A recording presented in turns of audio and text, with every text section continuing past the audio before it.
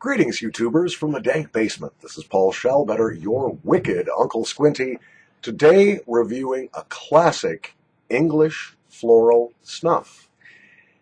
Freiburg and Trier have been in business for a couple of 100 years. They just keep cranking out classic snuffs. These are snuffs for the experienced snuff taker who can appreciate complex aromas. These are not candy snuffs. These are not beginner snuffs, although they're very easy to take. But these snuffs tend to be for the connoisseur. The price reflects that. And even though they are now being distributed, marketed by Wilsons of Sharrow, they are so far above Wilsons of Sharrow in complexity and quality that they are must-haves in your snuff collection if you're serious about nasal snuff. That makes it sound kind of exclusive, elitist, hoity-toity. No, it's not that. It's just that these snuffs have been blended, obviously using a lot of care and a lot of taste. Now, I've tried to do this review like 4 times, and I keep waxing poetic about this stuff, and I've had to stop and start over. So I already have a snoot full of this. But I will tell you, first of all, Freiburg and Trier snuffs, whether it's the 25 or the 50-gram tins, they come in these very nice, heavy aluminum or tin or whatever screw-top lids. And they're terrific for long-term storage of the snuff. I wish they had put a little rubber or wax seal in this of some kind. There is, I guess, a little wax inner liner here, or plastic, to keep the snuff fresh. But they're using good metal in these tins, and the tins do not color the scent of the snuff at all, which is really good. First of all, I will tell you that this is a medium grind snuff. Moisture content is medium, although this tin, after about 7 months on the shelf, has gotten a little bit drier. It has not lost any of the aroma. The pinches do clump together, which indicates to me both a finer grind and a higher moisture content. You can actually get your little apple seed sized pinch to stay in one little clump, even if you pull your fingers apart. It does stick quite nicely to the fingertips. And again, that's an indication there's some moisture there, and it's also fine enough to pick up. Now, when I actually insufflate this snuff, I find it's a little bit difficult to keep up in my nose.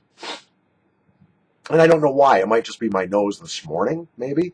I'm going to try a pinch. My left nostril is a little bit more clear. And I'll do a pinch of it for us here. Oh! Oh. Soapy. Burns. Where's Hanky? Can't find Hanky. Must find Hanky. Oh! Holy God. Ugh. Oh my God, that's a nice bird. I just snuffed a bunch of flaked soap.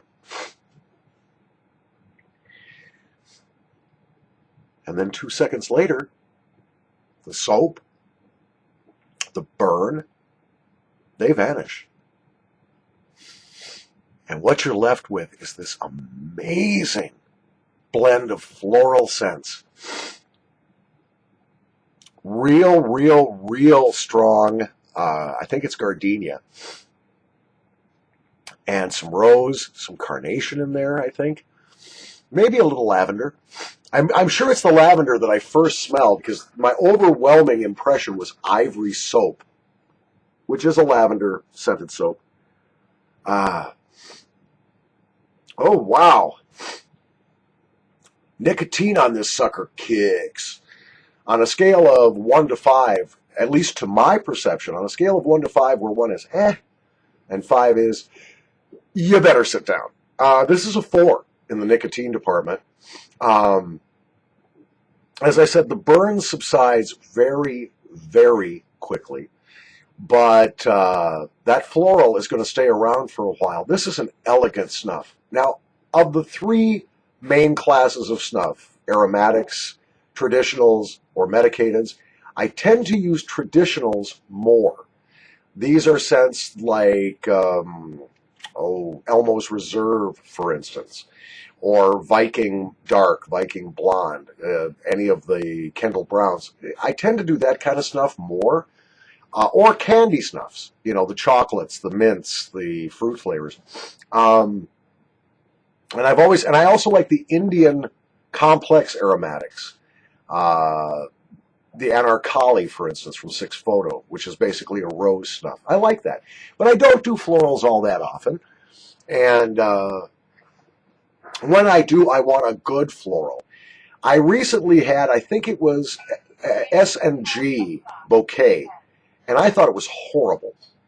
It was just artificial flavor, artificial scent. It was bad. This is very natural. Really good floral essences used in this.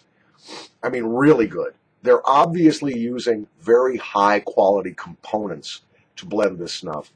This is one that's worth having on the shelf on the Squinty scale, where 1 is living hell and 5 is ah.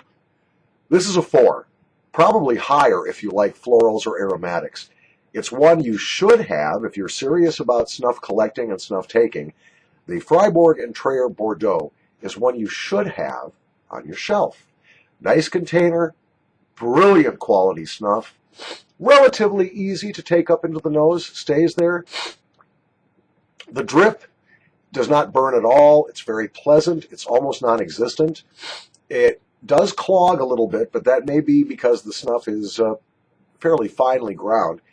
And there's a lot going on with the aroma here. And it's still going on. I like this. I'm glad I bought this from Mr. Snuff. This may not be one I would ever buy a second time, but if you're going to try a floral, this is a good one, especially if you like a little complexity and a good punch of nicotine. Not bad at all. On the Squinty scale, again, 4. Give it a grade B.